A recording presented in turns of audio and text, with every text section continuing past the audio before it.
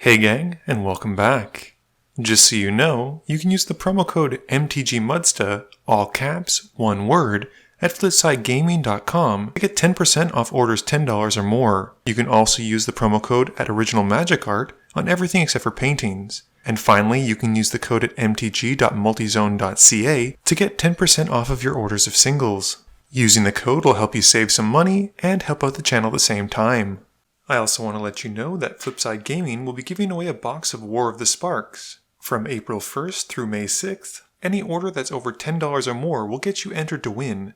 One entry per person, so good luck and have fun. I hope everyone who was able to participate in War of the Spark was having a good time, opened some great packs, and had a lot of fun. In today's game we have one new friend, 3 old friends, and a bunch of great commanders. First up, the beautifully bold and new Bob is bringing his bashfully bouncing Brago to the battlefield, and he keeps a Mirror Entity, Sun Titan, Sphinx's Revelation, 2 Islands, Thought Vessel, and War Priest of Thune.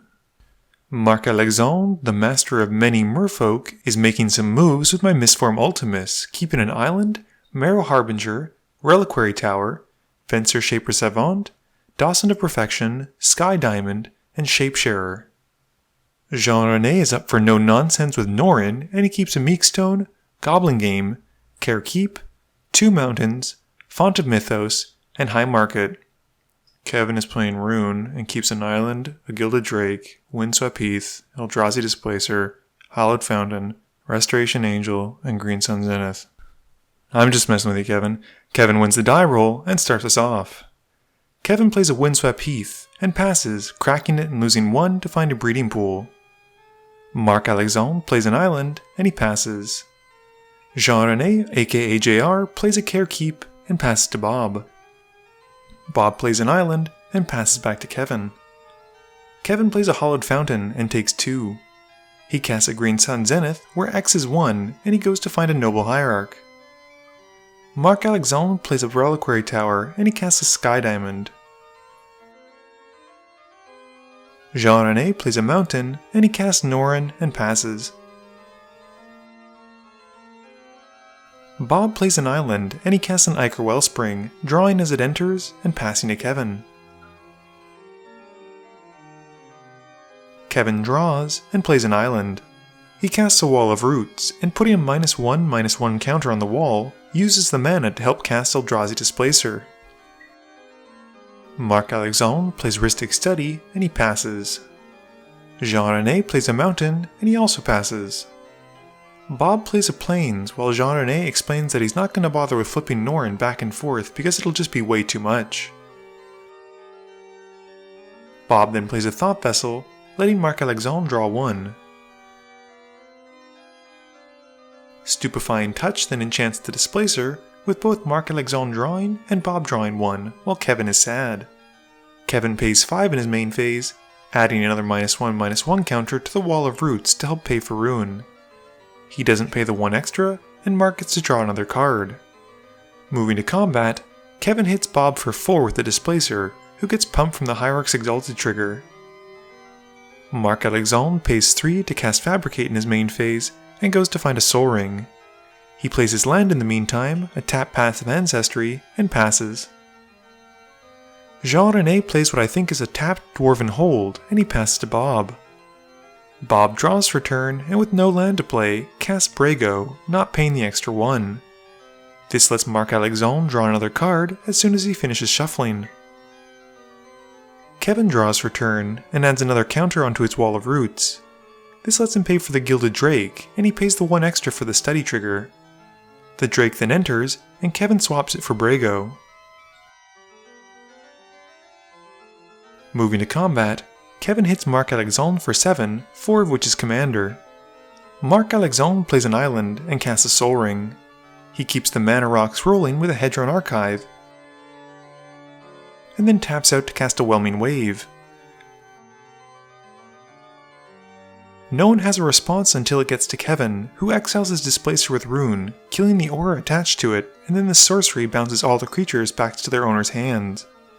The Displacer then comes back at the end of Marc-Alexandre's turn, and we move to Jean-René. Jean-René plays a Mountain for turn, and pays 2 to cast Impact Tremors, which exiles Norin.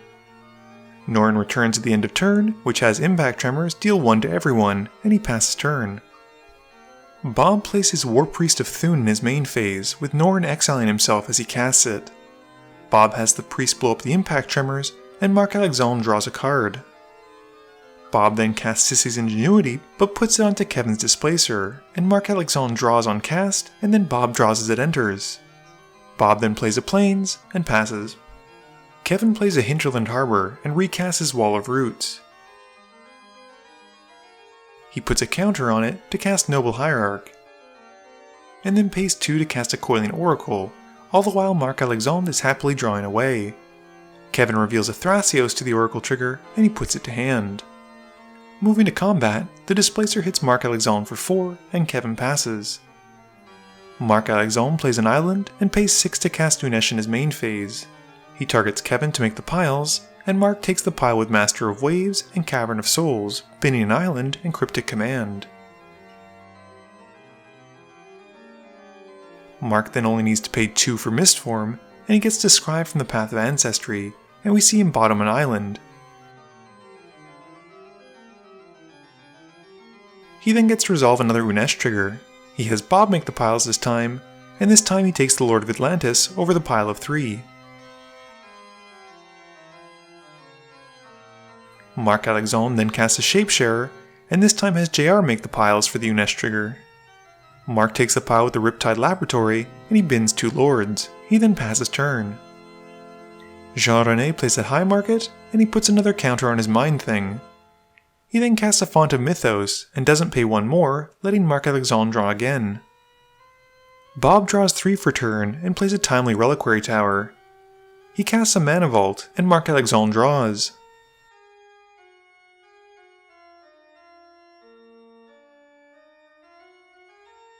Bob then casts a Basalt Monolith, and then a Flicker Wisp, which Marc-Alexandre draws from. Bob flickers the War Priest until end of turn, and moving to his end step, it returns and blows up the study as it re-enters. Kevin plays a Forest and heads to combat. He swings the Displacer once more at Marc-Alexandre for 4, thanks to the Exalted trigger, and Mark just takes the hit. Kevin then casts Gilded Drake, and in a move you'll probably only ever see in EDH, willingly swaps it for a Mistform Ultimus. With the study gone, Kevin then safely taps out and recasts his commander. Marc-Alexandre draws his extra cards for a turn and plays an island. He doubles up on his no maximum hand size with a Thought Vessel, and he brings out a Mirror Harbinger to tutor for a Merfolk. He reveals a Marrow Regery, which is the right card choice in my opinion, and puts it on top. Marc-Alexandre then casts Azami, Lady of Scrolls, who's probably one of the best draw engines in the deck. Moving to combat, Unesh and the Drake fly at Kevin for a Revenge 7, and Marc-Alexandre passes. Jean-René plays a Mountain and is having the opposite issue of his last game on camera. He taps out, paying 7 mana to cast Goblin Game.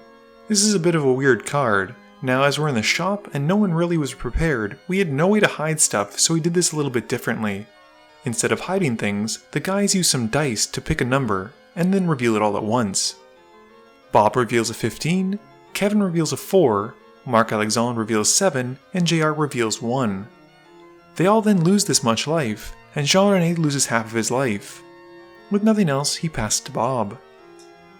Bob loses 1 to the Vault trigger, and draws his extra cards for turn. He plays an island for turn, and drops a Reflector Mage, bouncing Ruin back to Kevin's hand. We then see the triumphant return of Brago, and Joey makes a guest appearance with a Fist Bump. Moving to combat, Bob punishes Jean-René for playing Goblin Game by hitting him with a Flicker Wisp for 3. Kevin draws his cards for turn and plays another Forest. He puts another -1/-1 counter onto the Wall of Roots, and pays 2 more for an Eldritch Evolution, sacrificing the Displacer. He grabs, you guessed it, everyone's favorite 5-drop in green, Seedborn Muse. Thrasios then hits the field, and Kevin casts a 1000-year elixir. Kevin passes, and at the end of turn, Marc-Alexandre taps 3 wizards and draws 3 cards. Mark draws his cards for turn and plays a Cavern of Soul, naming Wizard. He then has to sort through his enormous hand to find a Master of Waves, and pays for it with the Cavern and Path.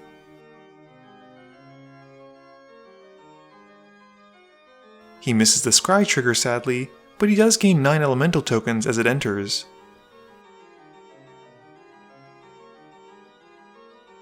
He isn't done though, and like the madman who gets Kenny altered onto a cameo of the Crescent Moon, Mark kicks a Rite of Replication on the Master of Waves.